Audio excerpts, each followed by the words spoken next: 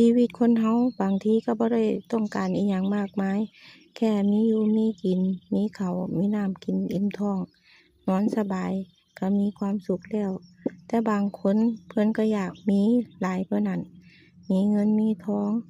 มีเครื่องใช้อุปโภคบริโภคหลากหลาย ตรงนั้นก็เฮ็ดให้เฮาเมื่อยหลายขึ้น แต่ว่าถ้าเป็นความสุขก็เฮ็ดไป จั่งเฮาอยู่แบบนี้ก็มีความสุข อยู่พร้อมหน้าครอบครัว ทำมาหากิน บ่ต้องเลิศหรูมากมาย บ่ต้องร่ำรวยคือไผ แต่เฮาก็มีความสุขตามประสาบ้านๆของเฮา ขอให้คนในครอบครัวของเฮามีสุขภาพร่างกายแข็งแรง อยู่กับเฮาไปโดนๆเท่านี้ก็เป็นความสุขใจในชีวิตของเฮาแล้ว อยู่แบบเรียบง่าย บ่ต้องเลิศหรู บ่ต้องสวยหรูคือผู้ใด บ่ต้องเอาชีวิตไปเปรียบเทียบกับผู้ใด อยู่แบบบ้านๆ อยู่แบบนี้ก็มีความสุขใจแล้วจ้า ขอให้ทุกคนมีความสุขหลายๆเลยจ้า